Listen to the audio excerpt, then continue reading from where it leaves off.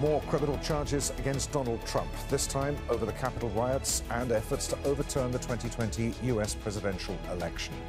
Despite all the indictments, he remains the frontrunner to win the Republican nomination. So what do the new charges mean for his ambitions to return to the White House and for Americans? This is Inside Story.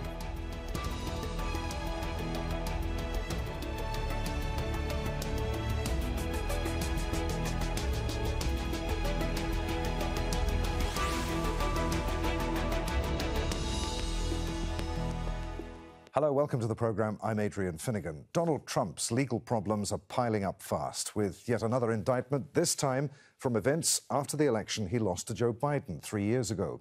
Trump remains the hot favorite within the Republican Party to win the nomination to run again for president next year. But so far, the more charges he faces, the louder his claims of persecution resonate with his support base. What undecided U.S. voters think will determine the outcome of the election and whether or not Trump makes it back into the White House. Before we talk to our guests, let's take a closer look at what the latest charges are. He's accused of a conspiracy to defraud the United States.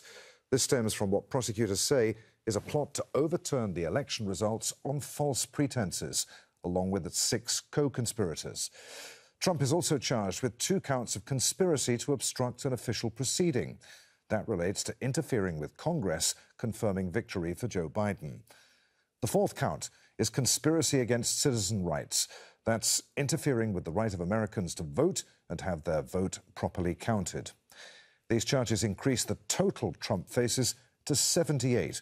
They include illegally keeping classified information at his home, falsifying business records over hush money payments to the adult film actress Stormy Daniels, and alleged attempts to overturn the 2020 presidential election results in Georgia.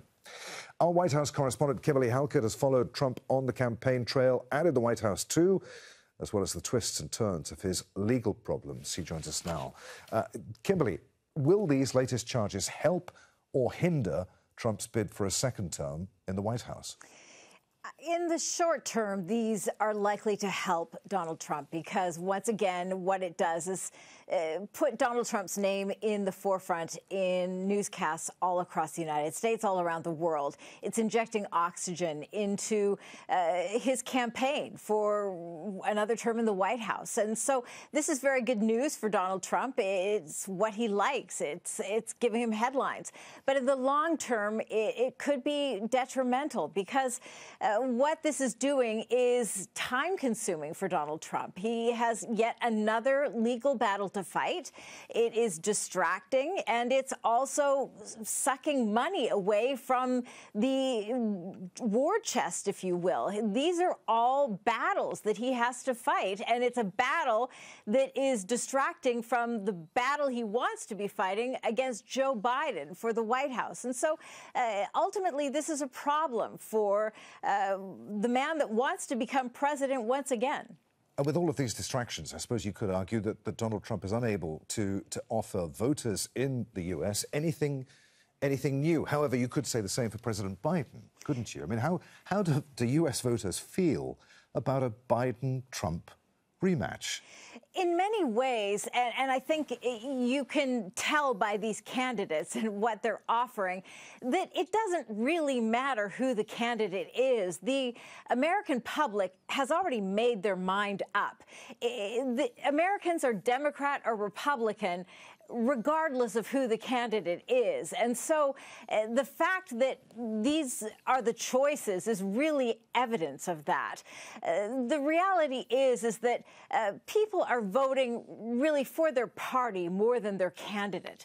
And so the fact is that many people don't particularly like Donald Trump, but they're voting for the Republican leader. And that is true also of Joe Biden.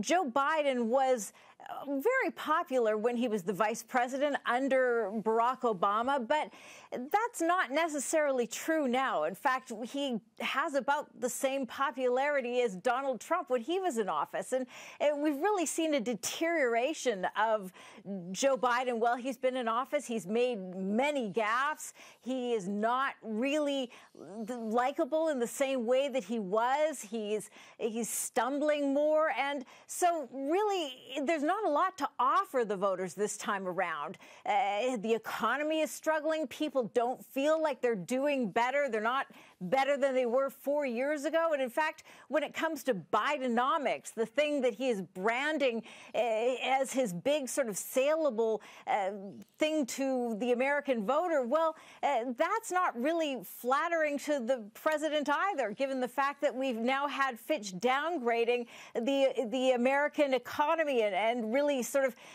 from AAA status now to AA+. That doesn't really mean anything to the ordinary American, but the bottom line is it's yet another signal that things aren't great for the American economy. So really what this says is that neither president or former president is really a good catch, if you will, if this is the dating game. The bottom line is that Americans are really just voting for their party, and they really don't. They're once again, just as we had in 2016, the best of the bad options. Our White House correspondent Kimberly Halkett there. Many thanks indeed, Kimberly.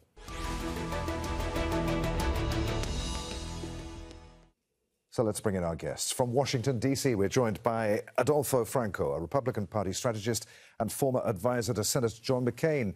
From Maine, we're joined by Adam Kamenstein, who's a partner at the law firm Adams, Duerk and Kamenstein, which specializes in government investigations. And also in Washington, D.C., Rina Shah, a political strategist and former senior aide to Republican members of Congress.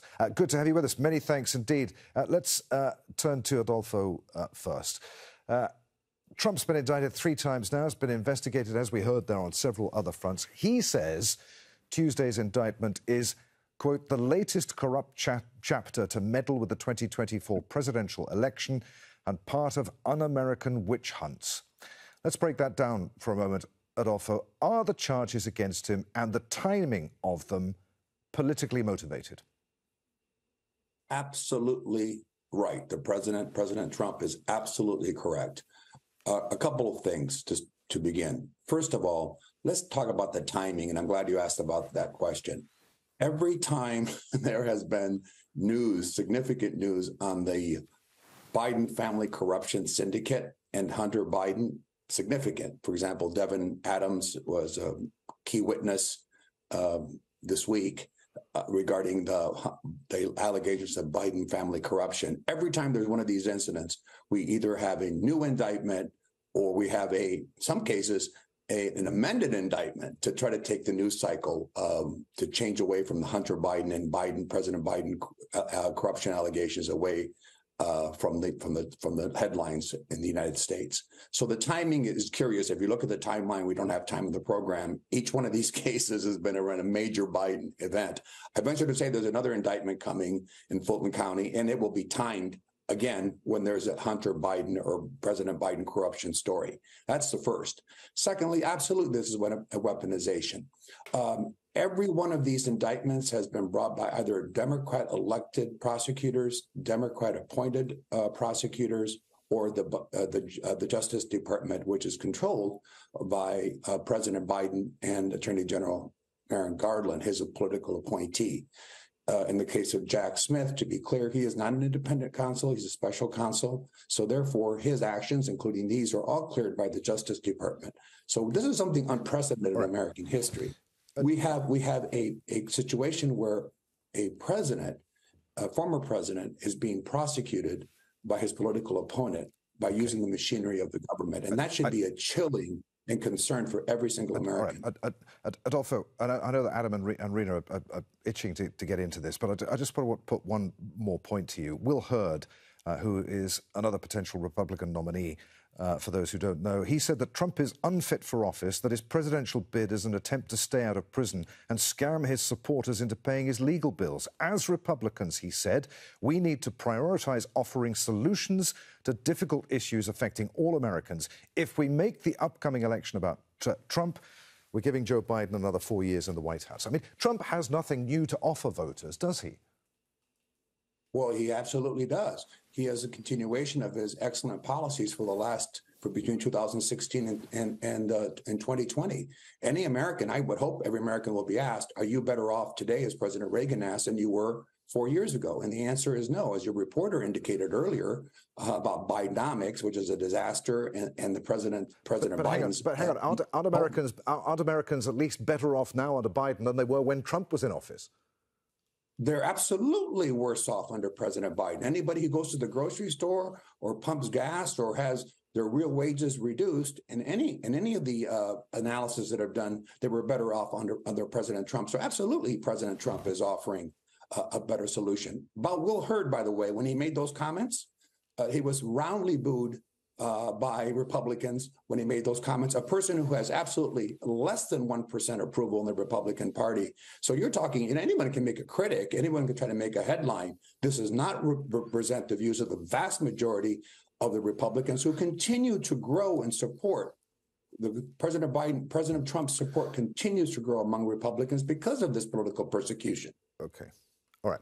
Rina, Adolfo, they're echoing what House Speaker Kevin McCarthy said about Hunter Biden and what Florida Governor Ron DeSantis said about weaponization of the federal government. What do you make of what you just heard? Well, what one could argue right now is that this trend towards using our agencies, our independent judiciary, as sort of, fodder for saying we are being victimized. That's what I hear right now when Republicans cry out about the weaponization of the Department of Justice. And look, this can be traced back to even listening to James Comey and talking about Hillary Clinton. When we talk about the election right now and where we stand with a thrice indicted former president, we're in a very unique moment in history. And so I think we have to understand sort of the conditions we're under right now. We're in the era of grievance politics. We also are in the era of voters voting against someone instead of for someone. And we saw that in 2016. We saw people vote for Trump as a vote against Hillary Clinton. And now also one thing to really consider here is how Trump is doing his campaign this time around. There's been data released just this past week that shows that 1 in 4 donors to Trump's campaign is a retiree. And then also these small donations are all largely going towards helping with his legal bills.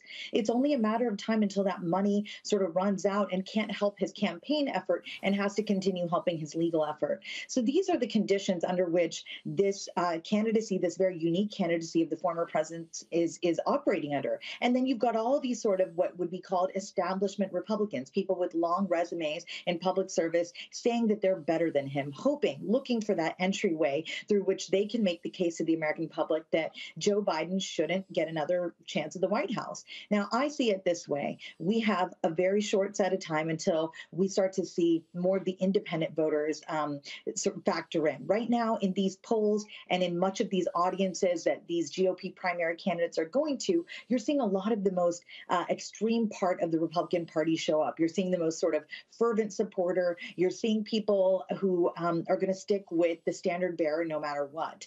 But what's out there and the vote to capture in order to win the White House, not just the GOP primary, is that independently minded suburban voter in a swing state. And a lot of these are women. And a lot of these women are going to have a hard time stomaching many of the decisions happening in Republican-led state houses across the country. Abortion is going to factor in far bigger of an issue than President Biden's son, Hunter Biden. So we have to talk about these things in a way in which we understand that these are big issues here. Adam, to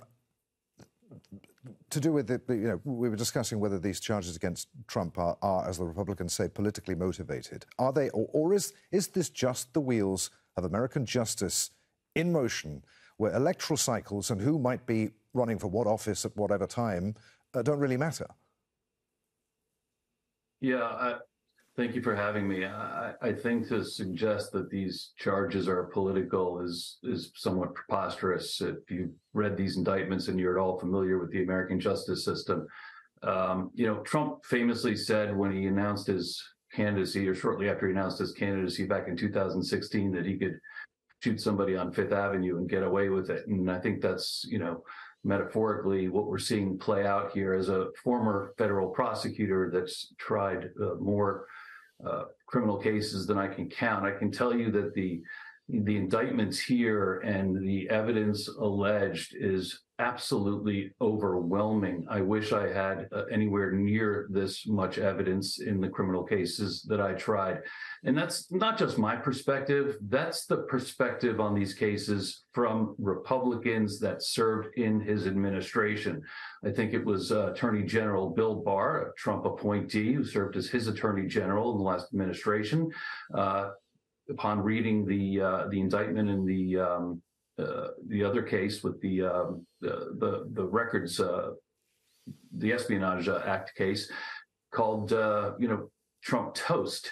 Others have said there's not only a smoking gun here, but a smoking arsenal. It's just an absolutely staggering amount of evidence in both cases, whether it's direct witness testimony, his own statements being audio recorded, video surveillance, it goes on and on. Look, Adam, the law wasn't just created. The laws that he's charged with weren't just created in the past year or two. These laws have been around for a very long time. Adam, and the facts that give rise to these charges were created by Trump. So, you've got existing laws, criminal laws, and you've got criminal conduct by Trump. You put the two together and that gets you indicted. And that's what's gone on here.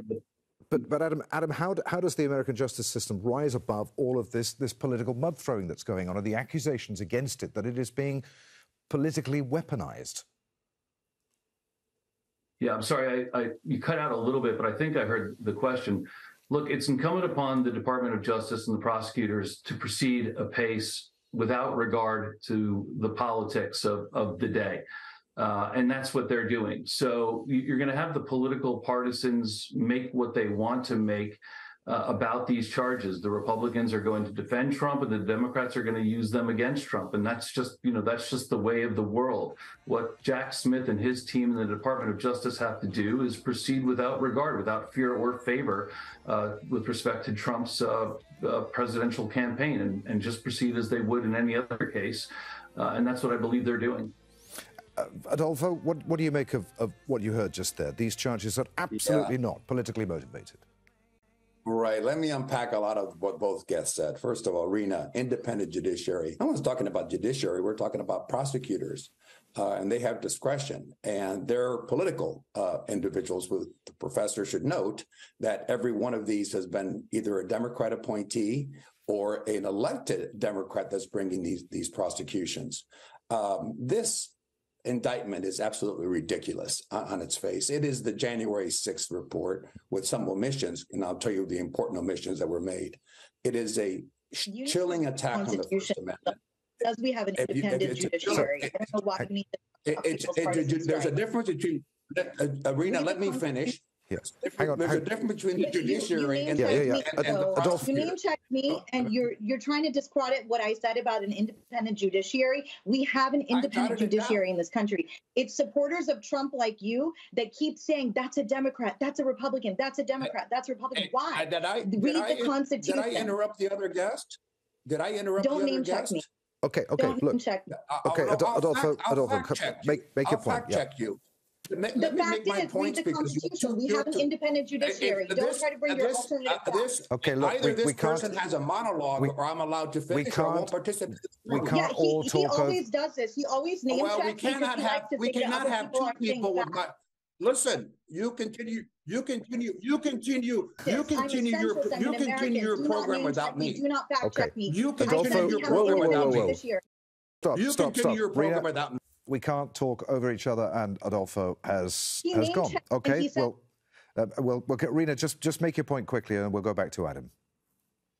Always brings up people's partisan stripes when he talks about the judiciary. You'll see that that's a trend the Republicans are going towards. But in our Constitution, in our guiding documents, we have an independent judiciary in this country. And you see, this is a reflection of how Americans have lost trust in our institutions. And this is something that happened very rapidly under Trump. It didn't start with Trump, but it's something he has really benefited from. And I think Judge Eileen Cannon in Florida, who had Trump's other case, she wasn't as let me put it this way, defamed as hard as this next judge that's going to be assigned this indictment case, this third indictment, because this is now an Obama-appointed judge. So you'll see Republicans bring this up over and over, and it's really hard for the country because we have an independent judiciary in this country. Adam, Could Trump face jail time if convicted on any of these charges? You're going to have to explain to those of us who aren't familiar with the way that the American justice system works, the way that the political system works. Can he still campaign or take office if he's a criminal defendant? Is there a precedent here, or are we in uncharted territory? And what happens if he's convicted but wins, or wins and is then convicted? Yeah, look, there's nothing in the Constitution that prevents somebody under indictment, somebody on trial, or even somebody convicted from running for and holding office in this country. The only thing that would prevent Donald Trump from taking office or remaining in office would be if he was impeached by the Congress. So, I think Trump's legal strategy here, because he knows and his attorneys know that the evidence is overwhelming, so his legal defense strategy is to be elected president and either himself and pardon himself, or hopefully in his mind a Republican that's favorable to him will get elected and pardon him like Ford did with Nixon. But his defense strategy at this point is exclusively win the presidency and pardon himself, because barring that, in all likelihood, he would be convicted based on the evidence in these cases. Okay, and if he is convicted, all of the charges that he faces, he could face prison time, but he could also just be fined instead. But how would you put a former president in prison? Look, no one's above the law. That's, one of the bedrock principles in this country. You hear a lot about these charges, and they talk about statutory maximum prison terms. Those are kind of, do not exceed numbers in reality. They're not really how sentences are fashioned. Sentences are fashioned by what are called the United States sentencing guidelines. They kind of inform the judge of the appropriate sentence based on a whole host of factors about the case and the defendant's background. And then on top of that, the judges have a pretty broad degree of discretion in fashioning an appropriate sentence. They can't exceed what the statutory maximum sentences are under the criminal laws that the defendant's convicted of. And in this case, they're consecutive. And when you add them up, you're talking, tens of decades of years. But again, that's not how the defendant's sentenced. It's going to be under the guidelines and the discretion of the judge. But when you look at the cases here, the crimes that he's charged with and the conduct that he's alleged to have committed, in all likelihood, if he is convicted of either of these two cases, he will be sentenced to some term of imprisonment. That's, it would be extraordinary if he wasn't, and it would probably be very appealable by the government if he wasn't sentenced to a term of imprisonment. How has he done it? How do you sentence a former president to prison, to answer your question? Just like you sentence any other defendant. Rina, you heard us talking to our White House correspondent way back at the beginning of the program, and she was making the point that you have your diehard Republicans, you have your dyed-in-the-wool Democrats, but it is the moderate and independent voters who are going to decide the next presidential election. I mean, if it is a Trump-Biden rematch, they're not faced with much of a choice, are they? I mean, what are they going to do? Well, we like to think we have a multi-party system here, but truly we have a two-party system. And so people do choose the major party when it comes time to elect a president, and they get behind it. But more and more Americans are feeling like these parties don't represent them. Look at our congressional approval ratings. They continue to go down year after year. We even feel like our elected representatives sitting in Congress don't represent us. So partisan stripes aside, a Biden-Trump rematch really signals one thing for the country, is that we are in truly uncharted territory. To have octogenarians serving in the White House when the retirement age from coast to coast in the country is anywhere between 61 to 67 is just, I believe, nonsensical. I'm an advocate of term limits, but again, I'm also a really big believer in following the Constitution. I don't believe in abolishing the Electoral College. I believe our founding fathers didn't think we would have leaders this old, but it's where we are. So it's incumbent upon the parties to do better. And I see the RNC doing something unique this time. The RNC presidency chair, Ronna McDaniel, has introduced a pledge. She's introduced criteria in the form of money or polls, and certain polls, you have to poll at a certain percent. She doesn't want these vanity candidacies to become really part and parcel with how we do politics, particularly from the Republican side today. So I think that's quite unique. On the Democratic side, you see Biden's the guy, but who's one heartbeat away from the presidency, and that's Kamala Harris. She still has record high levels of disapproval. There are many Americans who are very nervous about a Harris presidency. Again, a heartbeat away. So I think what we'll see leading up to next year, if Biden and Trump are on the ballot, you will see Americans vote against one or the other. Adam, we thought that January 6th was an incredibly dangerous moment for the US. Things don't seem to have got much better since then, even though they are a little calmer. How dangerous a moment is this for US democracy, do you think? I think it's a very dangerous moment. We're living in very dangerous times today, and in particular, given the kind of reactionary tribalism on both sides, but you see this with Trump supporters as core base day after day. It's like facts just don't get through, right? There is a point of view about what is going on in this country and about this indictment that it's just immutable. And if Trump is convicted, and if they believe, if they're not persuaded by evidence that is presented at a trial, and it doesn't look like anything would persuade them. And if he's convicted, you're going to have a lot of angry people. And, a good chunk of these people have already shown a proclivity towards violence. So I think that, following a conviction, we are very likely to see at least attempts at violence. And if our government isn't prepared for it, and if the media inflames it, and with the internet today, and what can be broadcast on that, and the ability to assemble and all those things, it just creates a very combustible situation. So okay. I think it could be a frightening time. Rina, we've got about a minute left. Your thoughts on that? I think we are in an era of political violence feeling like it's the norm. But I think after January 6, 2021, at least our federal level leaders have taken it very seriously. We know political extremism is on the rise, but there are ways to counter it. And I think also in the state houses, you see people taking it very seriously. There's so much misinformation, disinformation. It's going to get ramped up as we get towards General Election Day 2024. But I do see there are some really bright spots here for American democracy. And a former president who is now a private citizen by virtue of our guiding document, the Constitution, he is being held accountable under the full weight of the law. And again, he's not been found guilty, but an indictment is an accusatory document. So let's see where this goes. But I do think it is an important day. Yesterday was a very historic and important day for democracy because it shows that with justice, accountability has to come hand in hand. My thanks to you both, Rina Shah and Adam Kamenstein, for being part of the programme today. My thanks also to Adolfo Franco, who left us halfway through.